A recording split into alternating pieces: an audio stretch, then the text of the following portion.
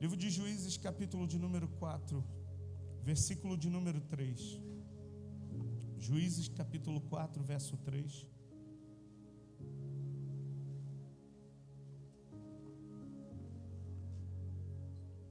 Quero agradecer a Deus por aqueles que me mandaram mensagem dizendo: pastor, estou orando pela sua vida.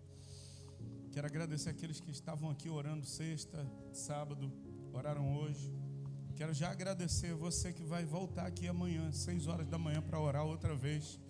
Quero louvar a Deus pela sua vida, por você que vai até o dia 31, está firme na oração aqui nesse lugar. Sabe, eu quero dizer que Deus está fazendo. Foi uma palavra que Deus me deu na viagem. Eu estou fazendo, Júnior. E às vezes aquilo que Deus está fazendo, muitas vezes não é notório. A gente não está enxergando com as nossas vistas. A gente só consegue ver pela fé. E algumas outras coisas a gente não vê nada, mas Deus está fazendo. E me fez lembrar de uma pregação. Eu tenho todas as pregações anotadas, menos a de sexta-feira, de sábado e a de hoje. Que depois, se você anotou, depois você me passa, que eu quero colocar no meu mapa que eu estou fazendo dos 40 dias do que Deus está falando. Mas quando o Alex pregou aqui, ele falou do texto de Eliseu foi profetizar. Ele disse: me traz um tangedor. Enquanto o tangedor tangia, veio o espírito profético sobre Eliseu e ele começou a profetizar. E a profecia era: olha, nesse vale vocês vão cavar covas, mas vocês não vão ver água, vocês não vão ver sinais, apenas vocês vão ver o milagre de Deus acontecendo. E eu quero dizer que Deus está fazendo, e você precisa cavar as tuas covas. Eu quero dizer para você que Deus está operando, e você precisa se manifestar em fé, crendo e confiando que Ele já está trabalhando em teu favor. Posso ouvir um amém seu? Então vamos lá, capítulo 4, verso de número 3 diz assim: clamaram os filhos de Israel ao Senhor. Clamaram os filhos de Israel ao Senhor. Você pode olhar para o seu vizinho e dizer assim: os filhos de Israel clamaram. A ordem é a gente clamar também ao Senhor. Tome o seu assento glorificando a Deus. Escuta, esse texto vai falar de uma época, de uma estação que Israel vivia. Era o tempo do governo dos juízes. Israel estava sendo governado por juízes. E sempre que um juiz assumia, o povo se alinhava à vontade de Deus. E quando o povo se alinha à vontade de Deus, milagres acontecem. Quando o povo compreende, Deus quer fazer isso, e eu ando dentro daquilo que Deus quer fazer, escuta, os céus começam a conectar e a glória de Deus desce sobre nós e Deus começa a nos dar vitória. E eu quero declarar em nome de Jesus que nesses dias de oração, onde nós estamos clamando a Deus, os céus estão manifestando a glória de Deus, e sinais, maravilhas e milagres. A gente estava vindo no carro, eu e o pastor Antônio, ele estava falando: pastor, nós estamos orando, eu creio que Deus está fazendo milagres na nossa igreja. E eu quero dizer que Deus está operando, querido. Só que escuta, Israel era governado num tempo por um líder, um juiz. Quando esse líder, esse juiz, ele morria, Israel voltava a praticar tudo de errado de novo. E o versículo de número 1 do capítulo 4 diz assim: os filhos de Israel tornaram a fazer o que era mal aos olhos do Senhor, ou perante o Senhor, depois de falecer Eude. Eude foi o juiz que antecedeu a Débora. Quando ele morre, diz a Bíblia que os filhos de Israel voltam a fazer o que era mal aos olhos do Senhor. Eu quero dizer para você, meu irmão, mantenha uma vida reta e íntegra diante de Deus. Lute todos os dias para que a sua vida esteja no centro da vontade de Deus a cada dia, a cada minuto da sua vida. O versículo 2 diz assim, verso 2, acompanhe comigo: entregou o Senhor nas mãos de Jabim, rei de Canaã, que reinava em Azor. Cícera era comandante do seu exército, o qual então habitava em Arosete Agoim. Clamaram os filhos de Israel ao Senhor, porquanto Jabim tinha 900 carros de ferro, e por 20 anos oprimiam duramente os filhos de Israel. A primeira coisa que eu quero compartilhar com você nessa noite de hoje é: o meu clamor, o teu clamor, pode quebrar um ciclo que não importa o tempo, na vida dos filhos de Israel, 20 anos duramente sendo oprimido. Eu quero declarar que todo ciclo de opressão sobre a sua vida, sobre a sua família, sobre a sua vida financeira, sobre a sua saúde, sua casa, meu irmão, escuta, quando a igreja começa a orar, todo ciclo opressor é quebrado, porque Deus vai levantar a voz profética que vai nos dar direção outra vez. Você está entendendo isso, querido? Clamaram os filhos de Israel, porquanto Jabim tinha 900 carros de ferro, e por 20 anos oprimia duramente os filhos de Israel. Aí o versículo 4 vai citar uma mulher, diz assim: Débora, profetiza, mulher de Lapidote, julgava Israel naquele tempo. Escuta, Eude morre, o povo volta a fazer o que era mal aos olhos do Senhor. E aí eles começam a clamar, porque quando começa a opressão, o povo começa a se levantar, se alinhando à vontade de Deus, dizendo: Deus, tenha misericórdia de nós. E aí Deus levanta uma mulher. Segundo alguns comentaristas, dizem que Débora já era uma senhora, já era uma mulher de uma idade bem avançada, mas escuta, aquela mulher era uma profetisa do Senhor. E eu quero declarar que Deus vai levantar mulheres aqui nessa casa, que são profetisas de Deus, mulheres com uma palavra alinhada com o céu, mulheres que dobram os joelhos e ganham batalhas, fazendo sabe o que? Orando ao Senhor. Minha irmã, a palavra de hoje é para você. Você será uma mulher que vai ganhar batalhas com o joelho dobrado, com a cara no pó. Você será uma mulher que vai ganhar batalhas com lágrimas nos olhos, mas com uma oração de fé nos teus lábios, em nome de Jesus. Tem mulheres aqui assim hoje, diga glória a Deus, querida. Escuta, o texto vai dizer: Débora profetiza, mulher de Lapidote. E quando eu estava lendo esse texto, ontem de madrugada, viajando, escuta, eu fui pesquisar o que significa Lapidote, porque quem estava em evidência aqui era a mulher, era a Débora. E geralmente, quando uma mulher, ela ascende, ela começa a tomar posições, sabe, de destaque, geralmente, o homem é aquele camarada que se recolhe, é aquele homem que não se posiciona, é aquele homem, sabe, que não tem postura. E eu quero dizer para você, já profetizei sobre as mulheres e quero profetizar sobre os homens. Escuta, a sua mulher será uma profetisa, mas você será um homem muito abençoado que vai se posicionar no reino de Deus. Eu já fui em igrejas onde a mulher, a pastora, parecia um trovão. E aí fui falar com o irmão, falei: não pode, tem alguma coisa errada aqui. Ou então ao contrário, que na maioria das vezes acontece, o homem é o tocha, é o fogo de Deus, aí a mulher se esconde. E eu quero declarar que nesse tempo de oração que nós estamos vivendo, Deus está trazendo equilíbrio sobre a igreja. A gente vai ter mulheres que oram, mas a gente vai ter homens igual Lapidote, porque Lapidote significa tocha. Se as mulheres profetizam, os homens queimam de paixão por Jesus.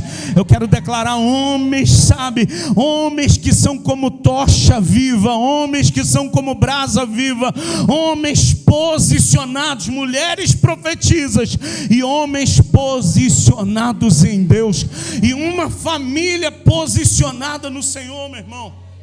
Escuta, eu glorifiquei muito a Deus pela minha casa espiritual.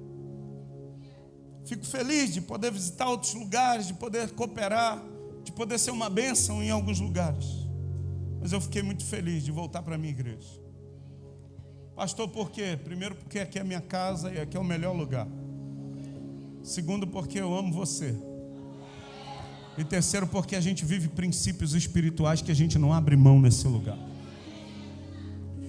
Irmão, me deixa completamente desestabilizado quando a gente ver alguns lugares que os princípios estão sendo quebrados. Ver algumas coisas, sabe, que estão em desacordo com o que o céu pensa a nosso respeito. Eu quero declarar em nome de Jesus nessa noite que as nossas famílias serão famílias equilibradas, irmão. Não vai ser aquela mulher que vai despontar e o marido é aquele cara, me perdoe, meu irmão, mas é aquele cara banana, que fica com cara de bocó. Não. Escuta, se a sua mulher é uma mulher cheia do Espírito Santo, usada em profecias, usada por Deus, uma mulher de oração, você também será um homem de oração junto com a sua esposa. A família vai andar alinhada, meu irmão.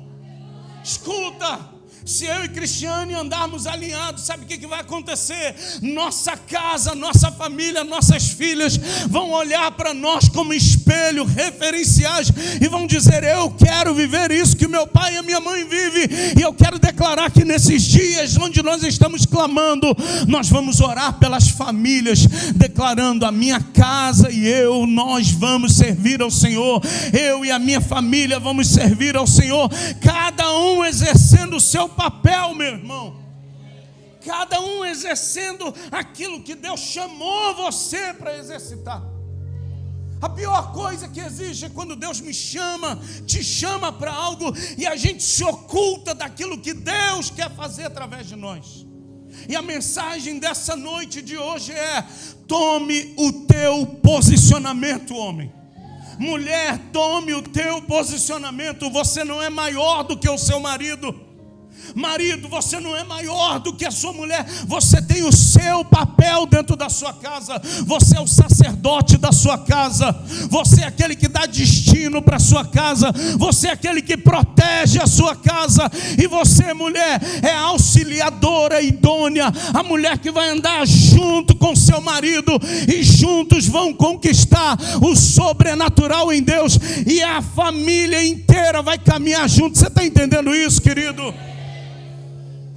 Pastor, por que essa palavra? Porque Deus encheu essa palavra no meu coração enquanto eu estava na estrada, voltando para casa. O ar-condicionado do ônibus decidiu pingar em cima de mim. Eu voltei todo molhado. Falei: meu Deus, que situação, logo em cima de mim.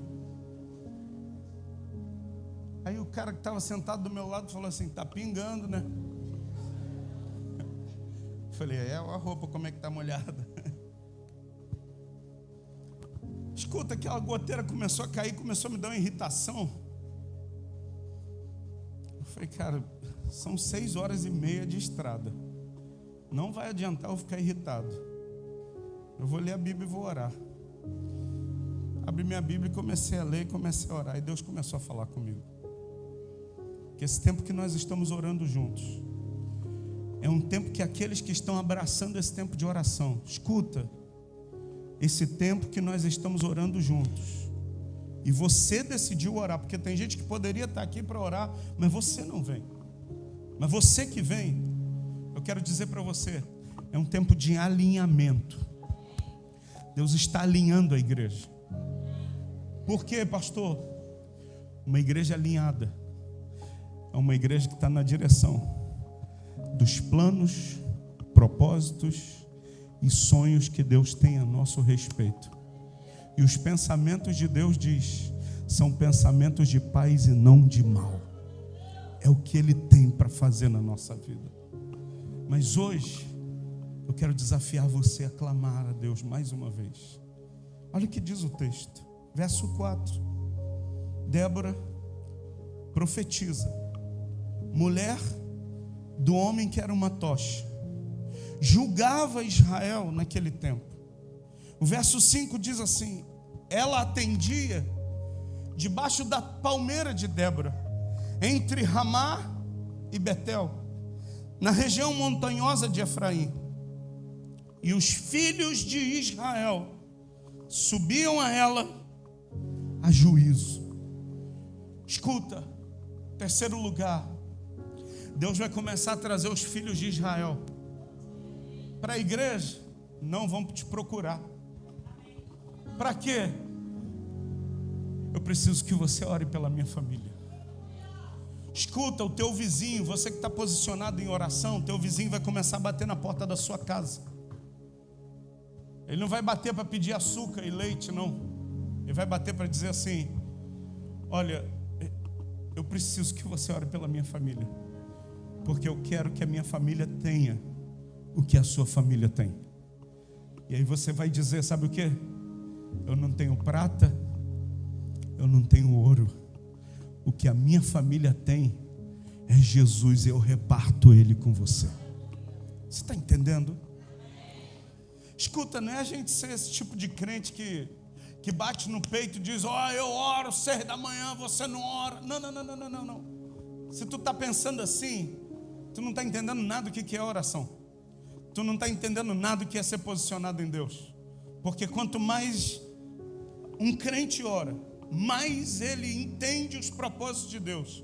E mais ele entendendo o propósito de Deus, mais ele se humilha. E quanto mais ele se humilha, mais ele serve para abençoar pessoas. Então, se você tem vindo à oração às 6 horas da manhã, eu quero dizer, Deus está esperando você no altar para você se humilhar diante dele.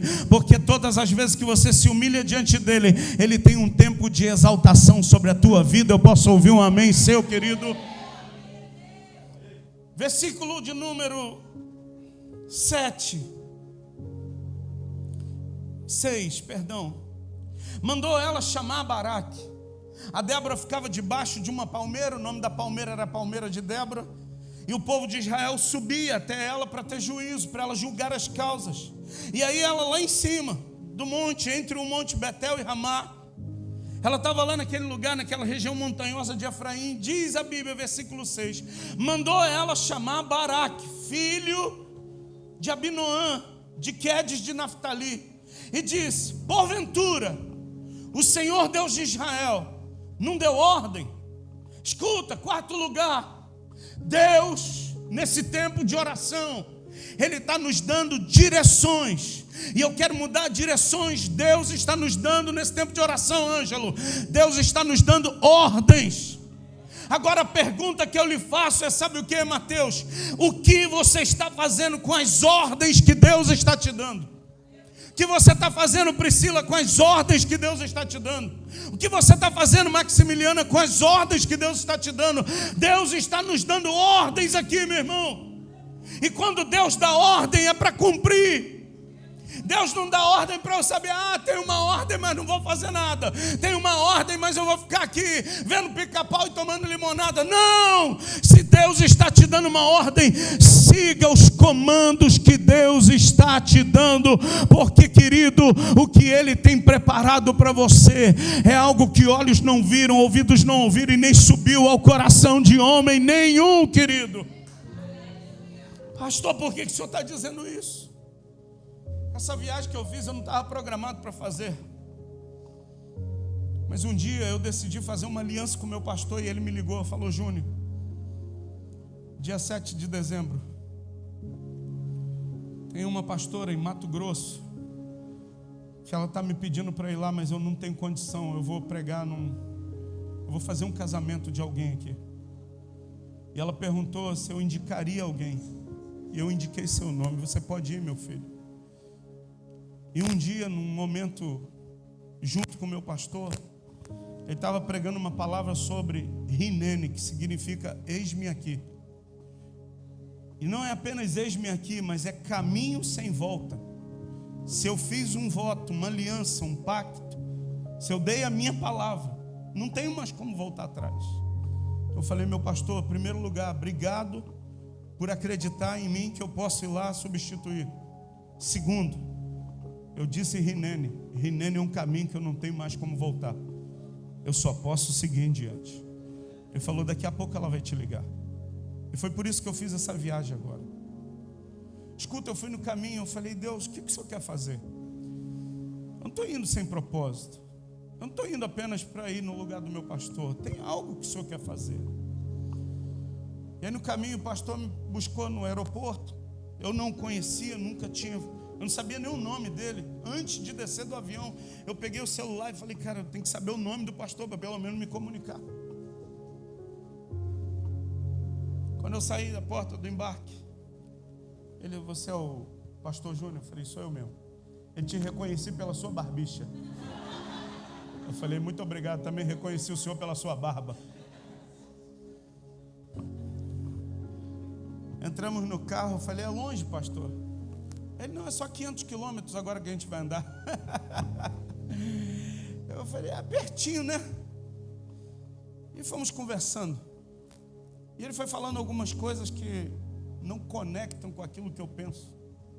E foi me dando uma angústia no coração. Eu cheguei no hotel, falei para a Cristiane, falei, amor, ora aí, porque consegui. E aí meu pastor me ligou. Foi aí, já pregou, Júnior? Eu falei, não, eu vim hoje, mas só prego amanhã. Eu falei, pastor, eu vim no carro e aconteceu essa situação. Ele falou, meu filho, Deus te levou aí porque Deus tem um compromisso com o povo dele. Então prega porque tem alguém que precisa ouvir uma palavra. Eu falei, então amém. Me preparei, comecei a pregar 3 da tarde, terminei 9 horas da noite, intervalo de 3 da tarde às 9, de 20 minutos. 9 da noite eu já estava um pouco cansado, entreguei o microfone, falei, pastor, se quiser eu continuo até não aguentar mais. Ele falou, pastor, enquanto o senhor pregava, Deus me deu uma visão com o senhor. Porque ele vinha no carro falando algumas coisas que não conectavam com o que eu penso. Ele falou assim, pastor, o que eu falei para o senhor apaga. O que eu falei no carro para o senhor, deleta. Porque não é aquele lugar onde o senhor está congregando que o senhor vai ficar, não. Apaga, pastor. Eu falei, opa, tem alguma coisa de Deus aí. Porque enquanto o senhor pregava, Deus me dava uma visão para o senhor. Eu vi o senhor numa igreja, e Deus vai lhe dar um povo de 3.000 pessoas, pastor.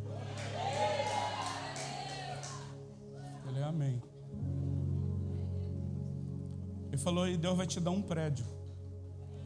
Só que esse prédio que Deus vai te dar, o senhor não vai precisar colocar um centavo, porque alguém vai te dar esse prédio. Eu estava orando aqui no altar, eu falei, Deus, eu não quero comprar lugar nenhum. Primeiro, porque eu não tenho dinheiro. E segundo, porque eu já semeei tanto. Eu acho que está na hora de eu colher. Eu falei, eu quero que alguém oferte um lugar para mim. Ele não sabia de nada. Falou, pastor, risca, não é o lugar onde o senhor está. Alguém vai te dar um lugar. Alguém vai te dar. Eu não sei como vai ser, mas é isso que Deus vai fazer na sua vida, pastor. Pastor, por que o senhor está falando isso? Porque o texto diz, e o Senhor, Deus de Israel, deu uma ordem. Escuta, Deus dá uma ordem, e o versículo continua e diz assim, dizendo, vai, leva gente ao Monte Tabor, e toma contigo 10.000 homens, dos filhos de Naftali e dos filhos de Zebulon, e farei ir até ti para o ribeiro de Quizon, Cícera, comandante do exército de Jabim, com os seus carros, com as suas tropas, e o darei nas tuas mãos. Deus está usando a Débora e chama o Baraque e diz assim, Baraque, Deus não tinha te dado uma ordem, que era para você pegar 10.000 homens, com carros preparados, e você ir para o ribeiro de Quizon, porque Deus ia levar o comandante do exército do povo cananeu, ia colocar eles lá, e Deus ia te entregar ele nas mãos. Sabe por que a Débora estava falando isso? Porque Baraque recebeu uma ordem, mas não cumpriu a ordem.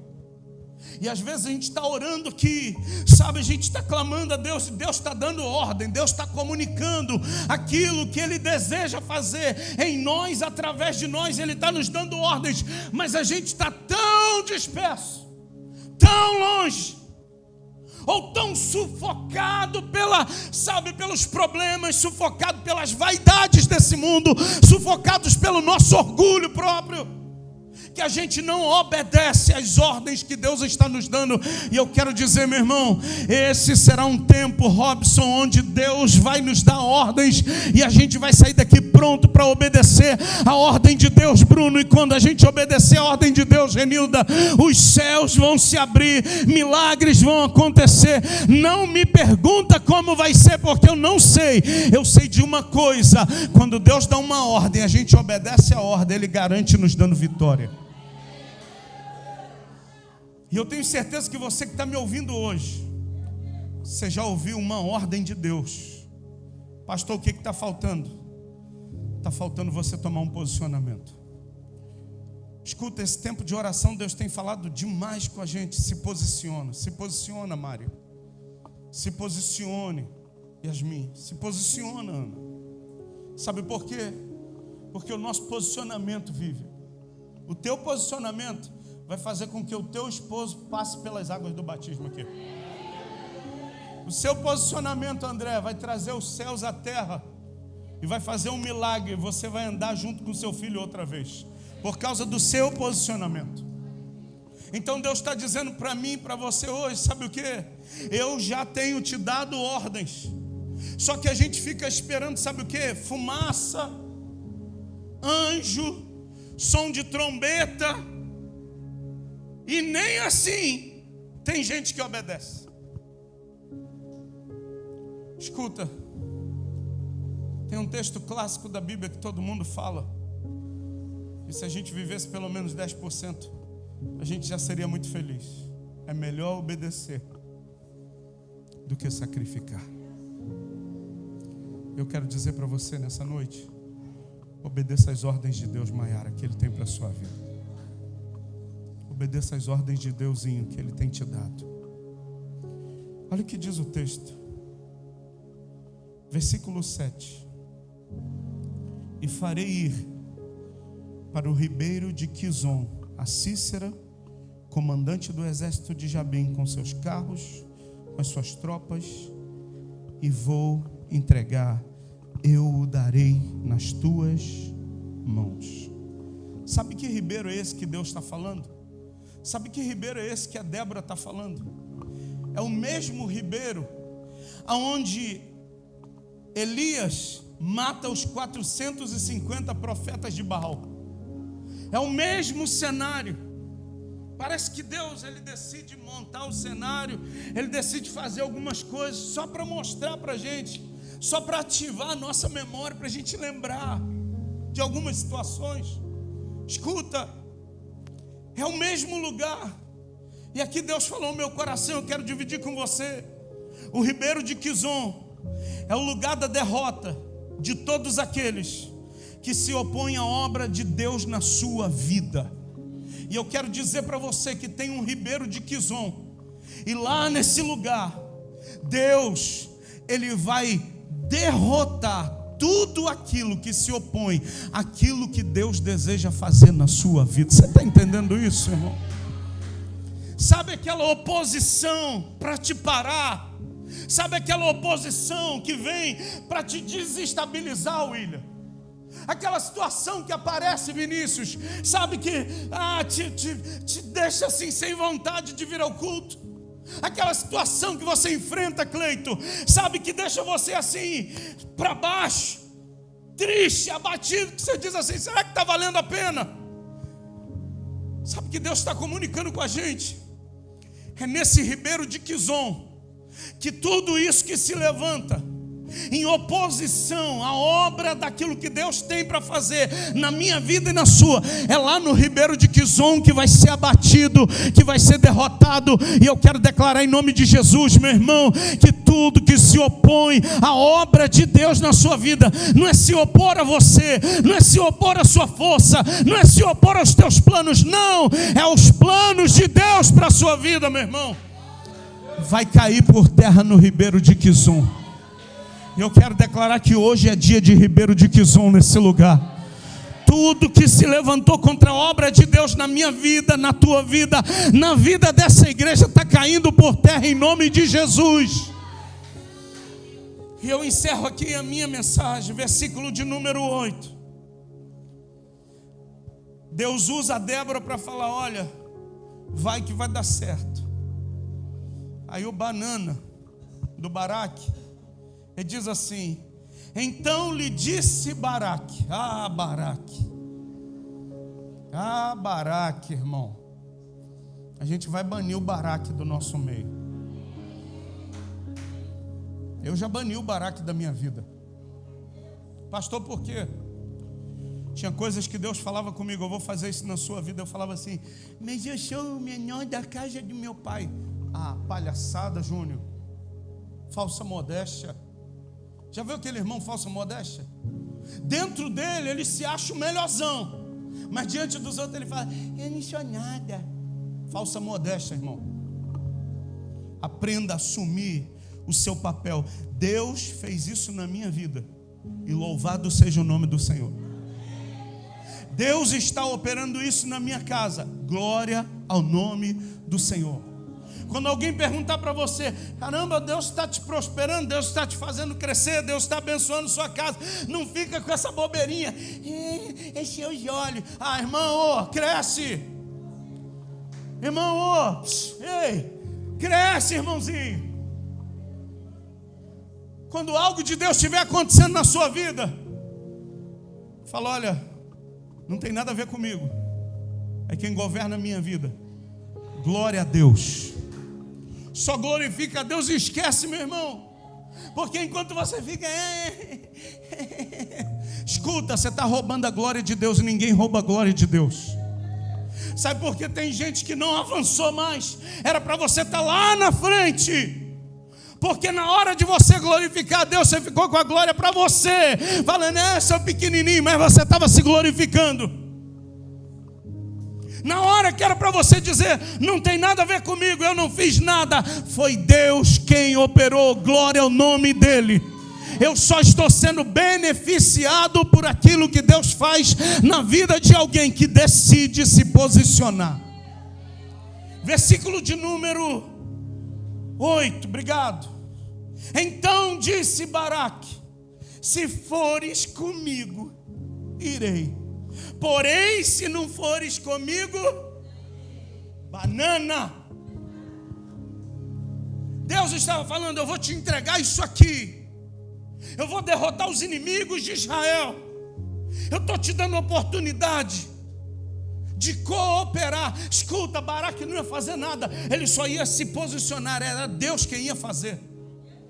O problema de algumas vitórias não chegarem é porque a gente não se posicionou. O problema de algumas bênçãos não chegarem e a gente fica correndo atrás delas é porque a gente não se posicionou.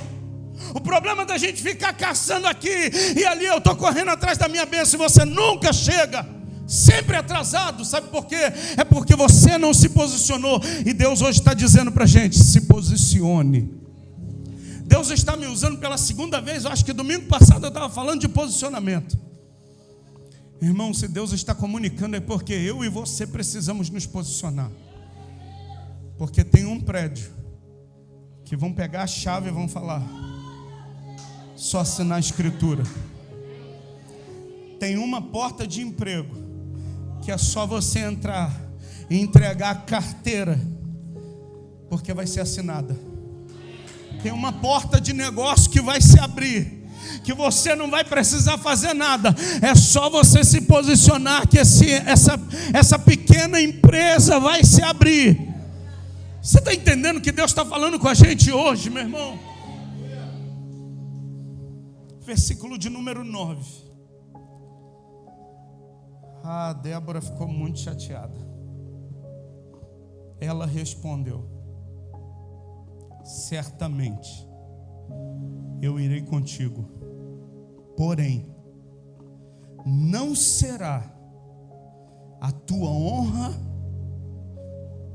da investida que empreendes.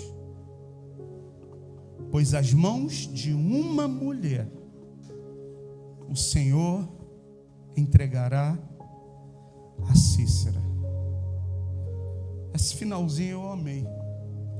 E saiu Débora e se foi com Baraque para Guedes. Ô mulher posicionada. E eu declaro que a gente vai ter aqui mulheres posicionadas, homens posicionados, jovens posicionados, adolescentes posicionados, crianças posicionadas. A gente vai ver as nossas crianças em posição.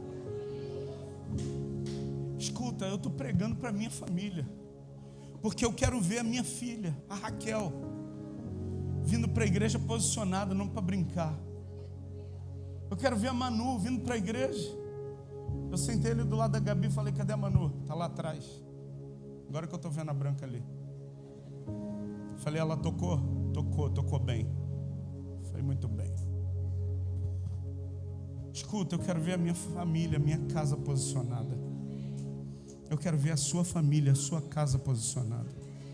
Eu quero ver através do posicionamento os milagres de Deus nos acompanhando. Eu e você não vamos correr atrás deles. Os milagres, diz a Bíblia em Marcos, os sinais acompanharão aqueles que creem. Se você crer, fique de pé, eu quero orar por você.